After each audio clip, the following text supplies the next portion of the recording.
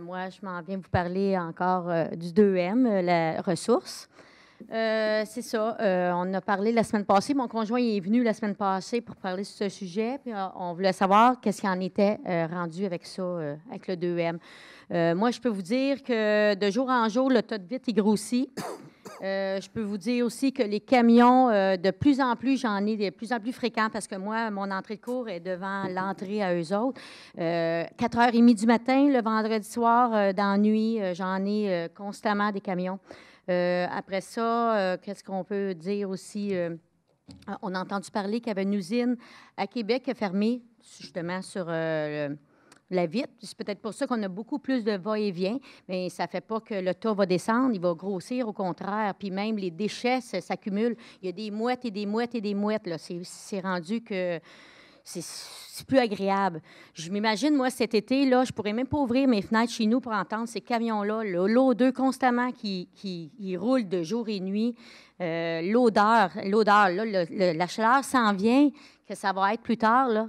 Déjà, à 10 degrés, c'est insupportable. À 30 degrés, ça va être quoi? Je ne pourrais même pas veiller chez nous sur mon balcon parce que ça sent le souffle. C'est désagréable. Je veux savoir qu'est-ce qu'il y en était avec ça. Alors, je sais que M. Berthelot suit le dossier de près parce qu'on entend parler assez souvent.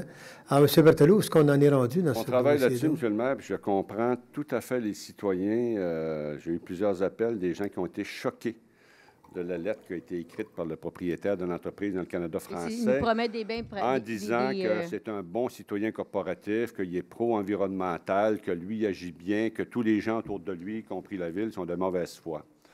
Je pense que les citoyens connaissent très bien le président de cette entreprise et sont à force de constater que cette personne-là parle des deux côtés de la bouche à certaines occasions.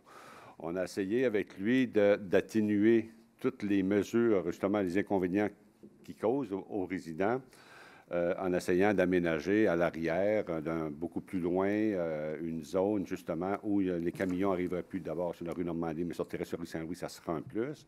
Mais là, on se rend compte que le tas de verre, moi, on a arrêté la vente du terrain, puis le projet, là, il est arrêté. Il est arrêté.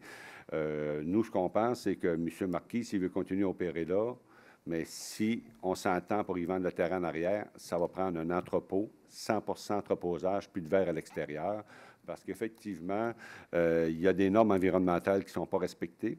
On a retrouvé dans nos égouts, effectivement, des matières polluantes qui ont été déversées par quelqu'un qui est très responsable de l'environnement. Hein? Bon. C'est pas nous qui avons pollué notre réseau, là. Donc, c'est qui, par exemple? Mais c'est pas nous. Bon. Il va devoir être mis à l'amende et tout ça. Et présentement, je sais que nos inspecteurs et l'urbanisme vont faire un tour régulièrement, puis là, on essaye à faire sortir le ministère de l'Environnement, parce que nous, on pense qu'en plus de toute cette pollution visuelle, sonore, puis je pourrais dire, comment on pourrait dire, aérienne, parce que ça tombe pratiquement sur vos têtes, là. Bien, il y a aussi de la pollution. On pense qu'il peut y avoir de la pollution. Effectivement, il n'y a pas de système de récupération de tous ces liquides-là qui sont dans le verre, puis ça s'en va dans la nappe phréatique. Alors, on essaye à faire sortir le ministère de l'Environnement. On est intervenu, vous m'avez donné des noms de vos intervenants au ministère. On intervient avec les mêmes personnes. Alors, j'espère qu'on va pouvoir arriver à quelque chose. Bon, présentement, on est en pourparlers. Vous nous apportez une pétition. Moi, je pense que ça nous aide à cheminer, Madame à Blanchette, sensibiliser si le on a conseil. fait le tour de nos citoyens, puis porte à porte, ils ont signé haut la main, là, je veux dire, on s'ostine pas, là. Non. C'est vraiment désagréable. Même en avant de chez nous, ils s'avaient entendu de venir passer le balai nettoyeur pour la vitre. Écoute, là, à la fin de la semaine, je pourrais prendre mon balai puis faire un tas de vitre moi-même devant chez nous. Moi, j'ai des jeunes enfants. Moi, je permets même plus à mes enfants de promener nos pieds chez nous parce que trop de vitres. Non, moi, je suis allé à la fonte des neiges, là. Je suis allé Oui, dans mais votre cour en arrière, vous avez là. vu chez nous, là, c'est des os, je ramasse des huîtres, je ramasse... Là, ça l'amène de la vermine, là. Je veux dire, écoute, là, moi, là, j'ai eu des souris. Écoute, ça fait 12 ans que je reste là, puis c'est les premières fois là, que je vois que c'est rendu pitoyable. C'est innommable. C'est plus drôle, là. C'est sûr qu'il faut qu'on trouve une solution à ça. Puis si c'est un déménagement, on va ça a s'asseoir, on va l'air, regarder ça. excusez-moi l'expression, d'une soie à cochon. C'est pas la vision, là. Vous n'avez pas tort. Notre belle ville, On continue mais... les démarches, puis moi, j'ai l'intention de venir au courant régulièrement là, de tout ce qui se passe, puis de vous rencontrer pour qu'essayer, on chemine ensemble. Je vois le beau temps arriver, là, puis ça m'inquiète. Je suis d'accord avec vous. Vous avez raison. J'ai Déposez Mme Blanchette qui a fait une démarche pour le 2M aussi. Si vous voulez déposer votre pétition Alors oui, madame. au greffier, s'il vous plaît. Oui, bien, Oui. je veux juste parler. OK, Mme Blanchet, moi, j'écoute. Christiane Morin-Blanchet, de la rue Lévis. Ça fait plusieurs fois que je contacte M. Berthelot et Mme l'Environnement. Finalement, on a fait un écrit qui tient compte de toutes les plaintes des gens qui vivent auprès de cette industrie-là. Et le constat qu'on fait, c'est que ce n'est pas du tout du recyclage, c'est de l'entreposage, c'est du verre. Et je ne me suis même pas privée pour parler de vidange ou de rebut. Ça grossit d'une semaine à l'autre. Et je pense qu'ils sont très mal localisés. Les citoyens auxquels je me suis adressée, il y a plusieurs qui, ça fait 40 ans, 50 ans qu'ils restent là. On veut garder notre quartier beau, intéressant. Il n'y a pas personne qui va avoir de maladie pulmonaire parce que la concentration de poussière, ça fait bien de la pollution. Alors, on dépose un écrit. Il y a 29 personnes dans le nom. Et là, si vous voulez avoir les signatures de tout le monde, on va aller les faire. Ça va être très facile. On peut même compléter encore le nombre de personnes. Mais finalement, je pense que ça devient une plainte, là, puis ils ne sont pas du tout au bon endroit. Ils devraient être relocalisés dans un secteur qui est très loin des maisons.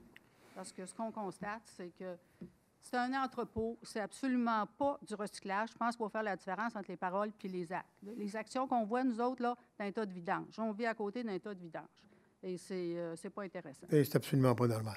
À qui Alors, dépose, apportez-les ici au greffier, madame. Et je pense que le ministère de l'Environnement, là, même s'il est sensibilisé, s'ils ne viennent pas voir, on a des problèmes. Là. Je ne sais pas s'ils sont venus voir, là, mais il va falloir les sensibiliser encore plus pour qu'ils se déplacent parce que des situations comme ça, c'est absolument anormal. Et habituellement, ils sont très sévères parce qu'une municipalité peut intervenir, mais une municipalité, quand on parle d'industrie et de commerce, c'est compliqué de faire respecter l'environnement parce qu'ils ont certains droits qu'on n'est pas capable d'intervenir dedans. Mais pour l'instant, pour le va-et-vient des camions, moi, écoute, ils sortent de l'entrée, ça l'éclaire mon salon. Fait que à minuit, 1h, 2h, 3h du matin, j'entends les camions constamment. Est-ce que je peux appeler la police pour le bruit? Qu'est-ce que je peux faire pour que ça cesse? Écoute, c'est 6, 7, 8 camions à l'heure, demi-heure. Je pense, je vais passer une nuit puis je vais toutes les écrire.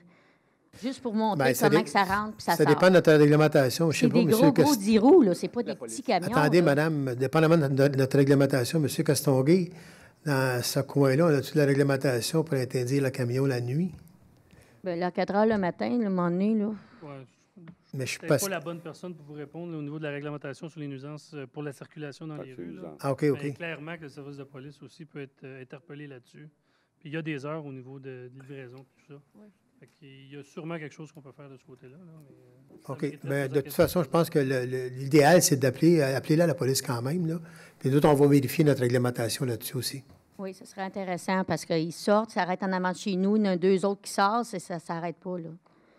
C'est sûr que la tranquillité, on l'aime, notre quartier Saint-Jacques. Oui, ça fait 45 ans que je vis là, je l'aime, mon quartier. C'est sûr qu'à l'époque, ça n'a pas comme ça.